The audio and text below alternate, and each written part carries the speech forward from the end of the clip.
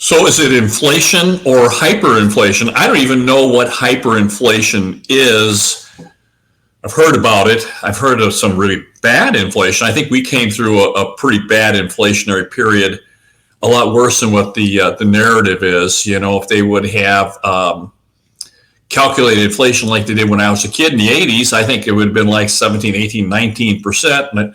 But as it is, it was 9%. But I talked to Charles Nenner last week, 10 days ago, whatever it's been now, and he was talking about another inflation. We have another inflation wave coming on our charts. Comes in three waves, you know, so we've got the third one coming. Third one is the worst.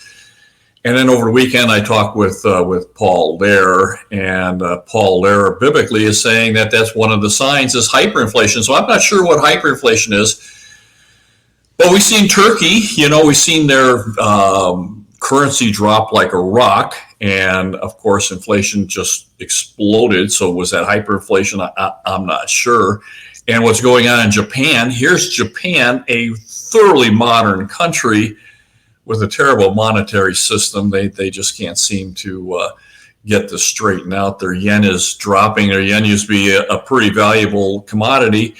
And now it's about 150 yen to a dollar. I'm hearing it could go to 300 to 400 yen to a dollar. Well, that's what happened in Turkey. And of course, if your dollar becomes less valuable or worthless, like a lot of these says, I think we went to like 25 or 30 lira to a dollar, maybe it went even more than that. You know, it just brings in enormous amounts of inflation for the people living in that their currency. So the Turkish. You know, people coming in from Greece and Romania and these places were all going to Turkey because it was cheap. You know, their currency bought a lot of lira, and of course, then they could buy all kinds of stuff, and it was just a great deal for them. Terrible for the Turkish people, and that's what's going on for the Japanese. That's why we have these a lot of these Japanese are trying to get rid of their yen and buy other things. So I'm hearing that they're buying American home builders. Which might not be exactly, you know, if you follow my model, might not be what you want to buy right at the moment, but that's what's going on. So I didn't want to make this a long video, but it's really a concern. So I think we can see where really heavy-duty inflation is coming. So let's just talk about how we can protect ourselves, what it's going to look like. You know, when we're looking at a recession, so a recession kills inflation. It's the policy response that's going to go ahead and bring in inflation, not the recession itself. The recession is going to bring us deflation because we're going to have lots of defaults on debt, and that will deflate everything. And you can, I'm going to tell you, the policy response is probably going to be highly inflationary. Will it go to hyperinflation? I don't know, but it's going to become pretty heavy. So let me just go to my very first slide, and let's just talk about that and see if we can't, because I don't even know how it's possible that we can get to hyperinflation. You know, when I talk to Charles Nenner, Charles always talks about the fact that he always wants to tell you what, and he's not really terribly concerned with with why. So it drives me a little crazy not to know why. So here's a couple of possibilities for why. Let me just go to this. So look here's what's going on. I mean, this is, you'd have to be living in a cave somewhere not to realize that we just let in 10 to 20 million people from around the world. They know nothing about our economy. They know nothing about the civics. They know nothing about how to do things. They can't get a driver's license. It's difficult for them to get a job, and yet all these people are here. They're all going to need a place to live, and it's going to be a lot of tumultuous times until things get straightened out. But it's going to exasperate housing. That's right up my alley for my asset class. I just know this. Now we're already short. We're short affordable housing here in the United States, and we just let in 10 to 20 million people who are all going to need a place to live. This is going to put enormous stress on housing. And here's what the idea is. They're going to have a Green New Deal, and they're going to build public housing for everybody. You know, we tried this in the 60s and 70s, and it was just an enormous fail. Whenever you get the government involved in any of this stuff, It just becomes trash. It's just awful. I grew up in Chicago. They built all these 20, 30, 40-story homes for public housing. What they did was they created vertical ghettos. And it was just an enormous fail. Great idea, very altruistic. Everyone needs a place to live, but the places just became shambles. You could have just thrown the money away. So here we go. We're going to start it all over again. And of course, whenever you get the government involved, they don't do anything right. So if it costs you and I $100, the government's going to come in and show us how to do it. And it's going to cost them $150 or $200. And someone's going to get rich on this. So look at what's going on. Now, I read this in Michael Shedlock's. I've been following him, and I've been loving the way he's been writing this up. I'm going to tell you, I just got this out of Zero Hedge today, and it really just stung me. Here it is. Here's a tower, a brand new tower, is my understanding, in Los Angeles, and they're going to turn it into a homeless shelter. And it's going to cost them $600,000 a unit, brand spanking unit, to put in homeless people. Now, I'm going to tell you, this is just an absolutely outstanding. Look at this place. I mean, it has a gymnasium. The government's going to go ahead and take a whole floor and bring in all kinds of bureaucrats, and they're going to administer this. So you and I can't do it well enough ourselves. We need to have a bureaucrat come in and show us how to do that. And of course, they're going to take a whole floor of this. Now, this is just going to take, here's a tower that probably was, we're having trouble with housing. So maybe it was being difficult. It's one of the endangered assets right at the moment is a lot of these multifamily new homes, because financing's been a problem. All of a sudden, the government's going to come in and buy this brand new tower and house homeless people. Well, I'm going to tell you, this is where you can go find it. It's in Los Angeles. It's in Los Angeles. It's a new high-rise building. It has a grand opening for Weingart Tower, is what that's called. 278 units to shelter homeless. That's $600,000 a pop, brand spanking new. Yes, we need to be concerned about the homelessness. I mean, obviously, it's going to be it's obviously going to be a problem. Where are all these people going to live? They can't live in the streets. We can't have them living in, tunnels and that. So it's really, really a problem. But where is this money going to come from? Where are they going to do this? So this is the policy response that I'm talking about. Now, if you've been following my work, we're talking about housing is going to enter into a period where it's not very good. It just does that. It's a cycle. I've got it. Charles Nenner's got it. Lots of the cycle guys got it. And, I've been around for a long enough time. After a boom, you get a bust. And we are going to be looking at the bust. But these guys are out buying brand new units for shelters. So, this is part of the policy response that we're talking about. So we're going to have a lot of deflation because there's going to be a lot of default. You can't get around it. There's just going to be, you can look everywhere. And, particularly in the commercial space, I mean, there's towers that are just having enormous trouble. And we're having a multifamily that are having trouble with refinance on their properties because, once interest rates change and the cap rates change and we hit a ceiling on rent, well, that really, really affects the value of a lot of these properties. So let me just go to my next slide. Let's just see what we can talk about with this here. And I'll tell you what I'm talking about. Now, this is coming from Lakshman Akithan with Economic Cycle Research. He's also forecasting three waves. So we're coming through here. This is an opportunity to buy these properties, which I think we're probably going to come to. It's a little scary.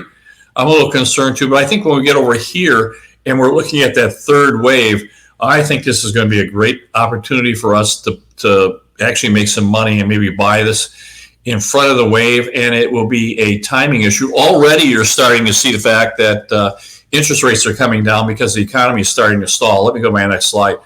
Also, I've got a few slides like this because everybody is coming to the same conclusion with different data and with different methodology. They're coming to the same conclusion that we're looking at a repeat of the 80s. So there's 1, 2, 3, and there's the third wave.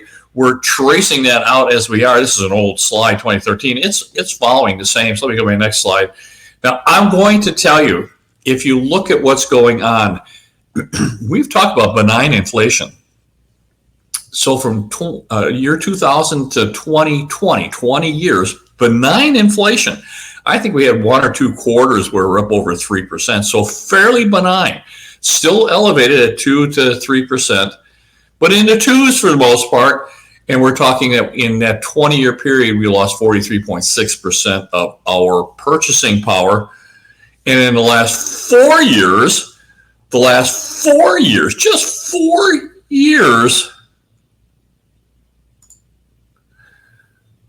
we've lost a lot more. And that's just with, fairly, it's not really awful inflation. So the third wave is going to be even worse. So let me just go back to this. We can take a look at this. So in the last 4 years, we've lost 17% in 4 years. Now, if you're on fixed income, or if you're a wage earner and you got wage pressures, how are you going to do this? You are going to be priced out of the game. You're going to have a terrible, terrible, terrible time to do this. Let me go to my next slide and see where we're at with this. Now, here's what's going on. So rent, we've got in the last 4 years, we've lost 17.6% of purchasing power, but rent's gone up 28%.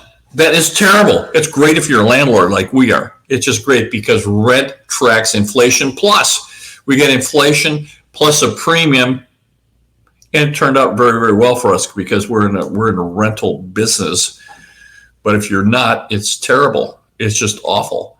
Particularly if you're my age and you're on a fixed income, because when you say a fixed income means it's a fixed income, and you're seeing your purchasing power. So if you think that, I've got $100,000 income, I'm just going to have a great time, and you lose 43% of it, now you're down to $57,000? Well, that's a lot different than 100. And then just in the last 4 years, lose another 17. So you're down to having a purchasing power of about $35,000. Well, I'm going to tell you, when you're 80 years old and you got $30,000 in purchasing power, well, it's terrible. That's why you see all these older people back to work. I've gone I go all these places and I see older people. I went on an airline and a stewardess was like 75 years old. She was older than I was. Can you imagine being 75 years old and being a stewardess on an airline? And the steward he had to be 80 years old. How is this even possible that we can do this? Let me go to my next slide. So here's our advocation for you. If you are an investor, which is what we do, we protect your purchasing power. We are empowered and to take care of our clients. And we need to make sure that when you retire, that you can have a good, secure, and dignified retirement. And you need something that's going to maintain your purchasing power. Now, rent has risen every year since 1941. It's coming right out of Federal Reserve electronic data system. Even during the great financial crisis, mine went down like 5%, but also rents went down, vacancies went down, maintenance went down, and taxes went down. So they really, it was very, very nominal. Let me go to the next one. So it's going to be a great time to own a rental property, particularly when there's scarcity coming, because rent's a non-discretionary expense. Now, I've been preaching this and preaching this and preaching this.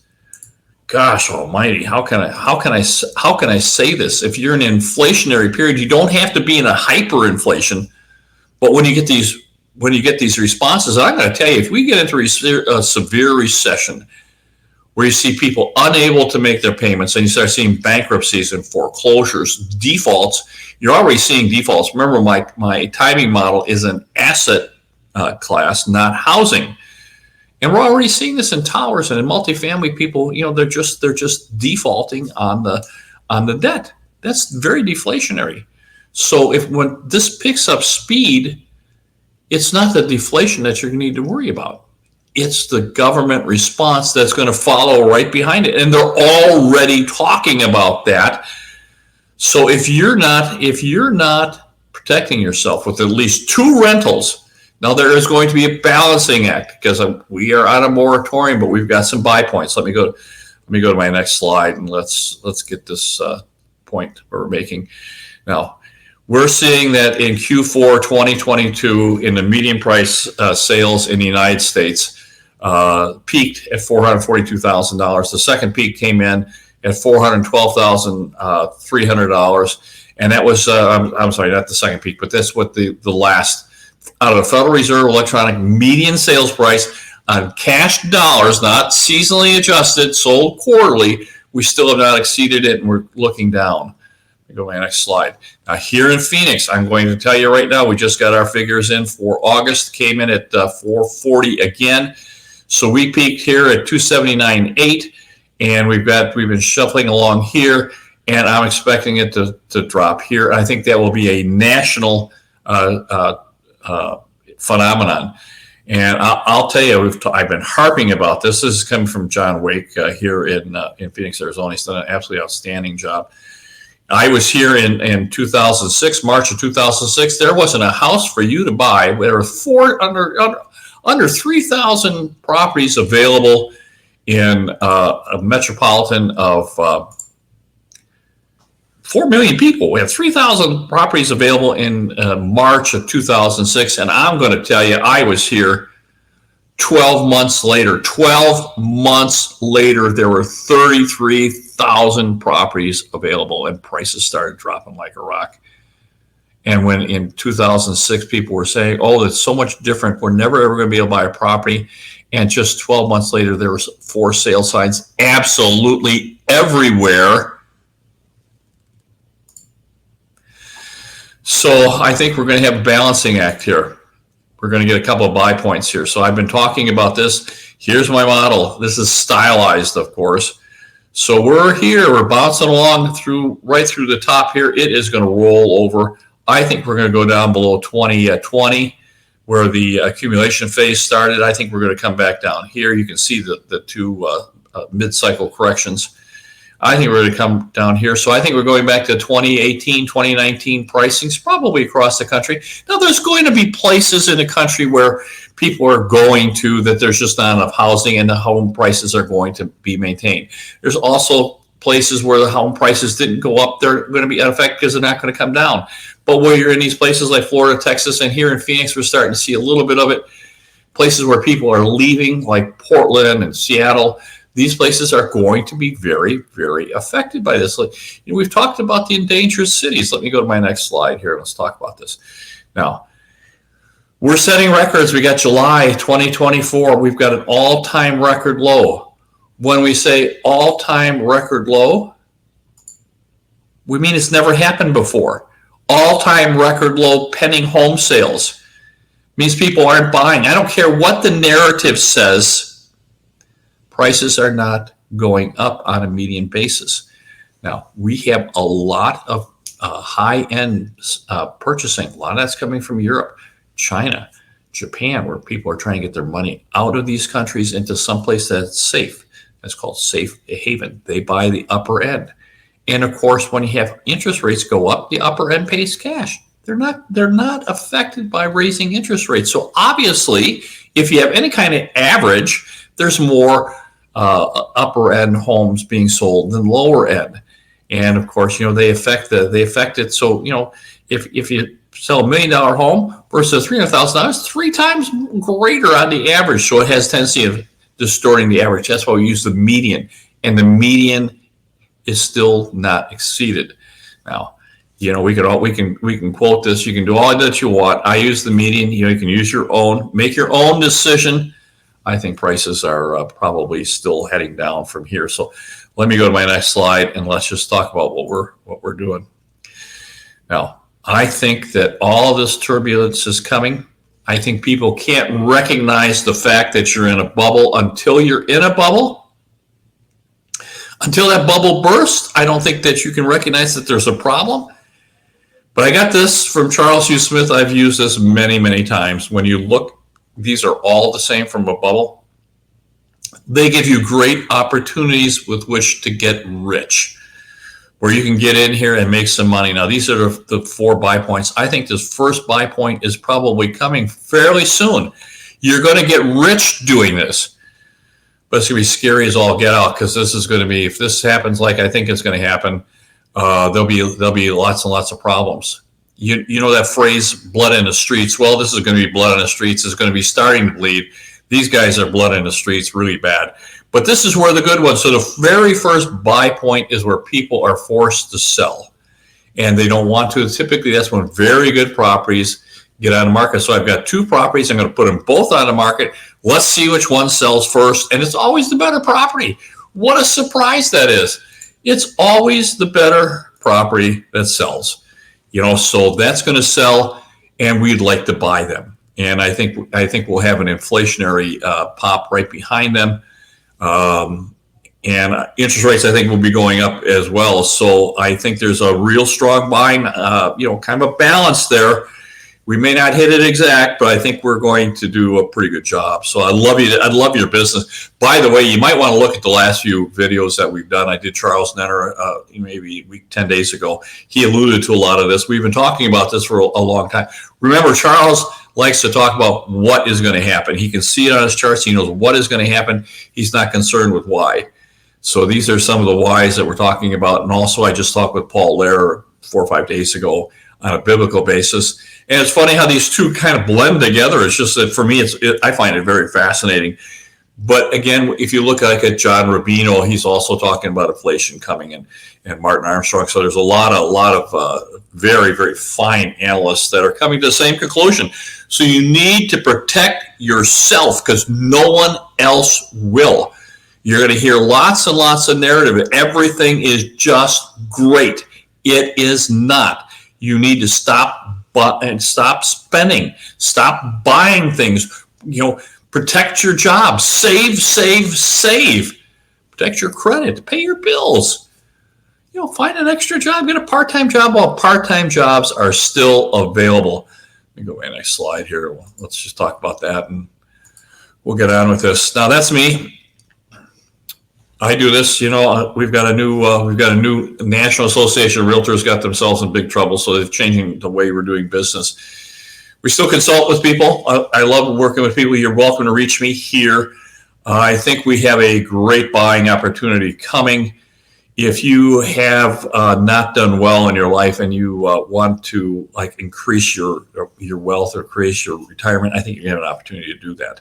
I think we're going to have an opportunity, like a great reset coming here on the housing assets, a lot of assets, and there's a transfer from financial assets to real assets that's underway right now. There's a huge imbalance that's been like this for a long time, and now we're rebalancing. This is where you start to see real things like precious metals and forestry products and agricultural products. But what gives you all of those and an income is housing rentals. So because obviously a house is made out of all those things. A house is full of commodities, and we also get an income off that. So if I can help, we're more than happy to start talking about this. The time is going to come. If you're on our list, we're going to get together with you. We do a consultation. I'd love your business. We are extremely good at this. If I can help in any way, let me know. My very, very best, you guys. Bye-bye now.